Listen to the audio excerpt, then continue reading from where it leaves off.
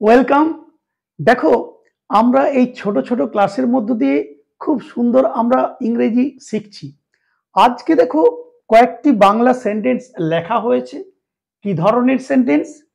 এই যে আমাকে করতে হয়েছিল, আমাকে যেতে হয়েছিল, আমাকে রান্না করতে হয়েছিল। তো যারা আগের ক্লাস করেছো নিশ্চয়ই দেখেছো, আগের ক্লাসে আমরা কি করেছিলাম? সেখানে আমরা করেছিলাম আমাকে করতে হয়, আর এখানে আমরা কি করে দিয়েছি? আমাকে করতে হয়েছিল।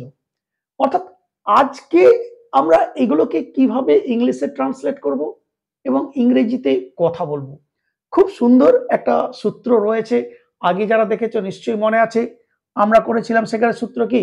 করতে হয়, যেতে হয়, রান্না করতে হয়। সেখানে করেছিলাম subject am is are plus to plus verb one. আজকে কি হবে? এই যে করতে হয়েছিল, এর ক্ষেত্রে কি সূত্র হয়ে যাবে? আজকে হবে প্রথমেই সাবজেক্ট লিখবে, রাইট? এরপরে সাবজেক্ট লেখার পরে সবার ক্ষেত্রেই যে সাবজেক্ট তুমি লেখো না কেন, তারপরে তোমাকে হ্যাড লিখতে হবে, এইচ এ ডি। আগে যেমন একটু অসুবিধা হয়েছিল আগের ক্লাসে, এম ইজার তোমাকে বুঝতে হচ্ছিল অ্যাকর্ডিং টু সাবজেক্ট তুমি কি লিখবে। আজকে খুব মজার জিনিস, যে কোনো সাবজেক্টের জন্য তোমাকে কিন্তু হ্যাড লিখতে হবে, অর্থাৎ সবার জন্যই হ্যাড। এরপরে কি লিখবে? ওই একই নিয়ম থাকবে, টু লিখবে। টু লেখার পরে তোমাকে কিন্তু ভার্ব ওয়ান লিখতে হবে, অর্থাৎ যে ভার্বে তুমি কথা বলছো তার ফার্স্ট ফর্মটি তোমাকে নিতে হবে। এরপর তো জানো, এই দিকে যদি কিছু বাড়ানোর ইচ্ছে থাকে তুমি কিন্তু লিখে দেবে অবজেক্ট বা রিমেনিং। তো চলো এই সূত্র ধরে আমরা করব, এবং এইগুলি আমরা শিখে নিলে এই ধরনের যত সেন্টেন্স রয়েছে আমরা কিন্তু খুব সহজেই করতে পারবো। দেখো, আমাকে করতে হয়েছিল, তাহলে সাবজেক্টকে আমাকে, তাহলে আই, তুমি প্রথমে আই লিখো, আই লিখলাম, রাইট? এরপর কি বলেছি? হ্যাড, হ্যাড লেখো, সবার ক্ষেত্রে হ্যাড, তাহলে হ্যাড আমরা লিখলাম, আই হ্যাড। এরপর কি? টু, টু লিখে দাও। এরপর ভার্ব ওয়ান, করা, নিশ্চয়ই জানো ডু ডিড ডান, তাহলে পাস্ট ফর্ম কোনটা? Do, I had to do, আমাকে করতে হয়েছিল। হয়ে গেল আমার এই সূত্র ধরে। এরপর আমরা তো জানি আগের ক্লাসে আমরা শিখেছিলাম এগুলো যদি তোমার বাড়াতে হয় তুমি সহজেই বাড়িয়ে নিতে পারবে। আমাকে এই কাজটি করতে হয়েছিল, I had to do this work. দেখতে পাচ্ছ, এই দিকটা আমি ইচ্ছে করলে বাড়াতে পারি।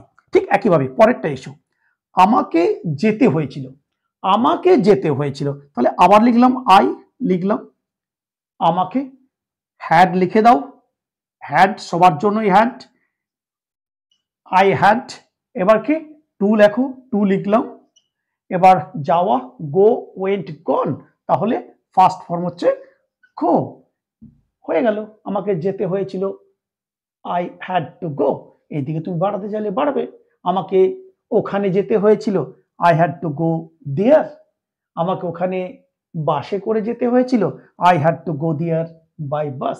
আমরা যা দরকার সেগুলো নিয়ে নিতে পারি। আমার সূত্র কিন্তু এটা আমাকে ফলো করতে হবে। আমাকে রান্না করতে হয়েছিল, সেম হবে, সাবজেক্ট নাও আই, হ্যাড নিয়ে নাও, সবার ক্ষেত্রেই হ্যাড, আই হ্যাড। এবার কি নিতে বলেছি? টু নিয়ে নাও, রান্না করা, cook, cooked, cooked, I had to cook. হয়ে গেল, আমাকে রান্না করতে হয়েছিল, আই হ্যাড টু কুক। বাড়াতে পারো তুমি, আমাকে আমার ছেলের জন্য রান্না করতে হয়েছিল, I had to cook for my son. আমাকে আমার মেয়ের জন্য রান্না করতে হয়েছিল, I had to cook for my daughter. আমাকে আমার বাড়ির সমস্ত সদস্যদের জন্য রান্না করতে হয়েছিল, I had to cook for all the members of my family.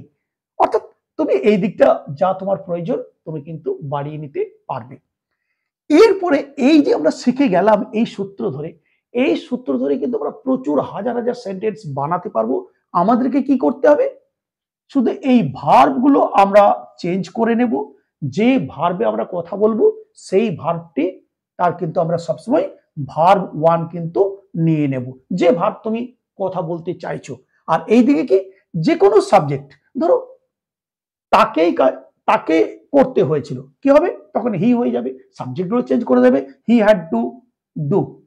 অর্থাৎ আমি বলেছি সবার ক্ষেত্রে হ্যাড, তাহলে তার কোনো প্রবলেমই নেই, তুমি যাই সাবজেক্ট লেখো না কেন তোমার কিন্তু এই হ্যাড কিন্তু লিখলেই হবে।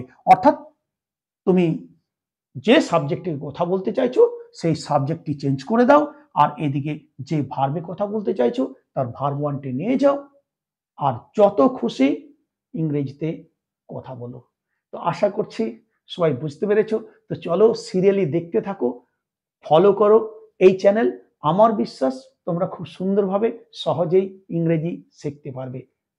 বাই বাই, ভালো থেকো।